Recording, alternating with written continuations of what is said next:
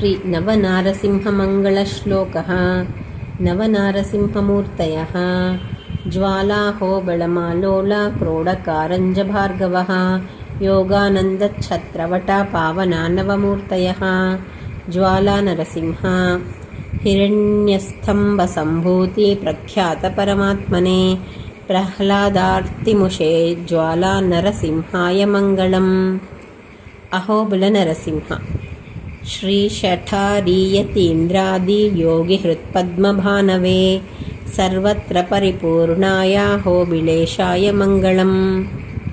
मालोलनरसिंह वारिजावारितभयोर्वाणीपतिमुखे सुरेः महिताय महोदार मालोलायास्तु मङ्गलम्। क्रोडनरसिंह वराहकुण्डे मेदिन्यै वराहार्थप्रदायिने दन्तलग्नहिरण्याक्ष दंष्टसिंहाय मङ्गलम्। कारञ्जनरसिंह गोभूहिरण्यनिर्विण्ण गोभिलज्ञानदायिने प्रभञ्जनशुनासीरा कारञ्जायास्तु मङ्गलम्।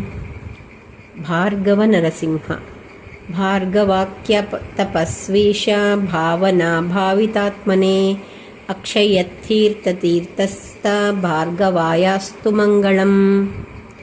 योगानन्दनरसिंह चतुराननचेतोब्ज चित्रभानुस्वरूपिणे वेदाद्रिगह्वरस्थाय योगानन्दाय मङ्गलम्।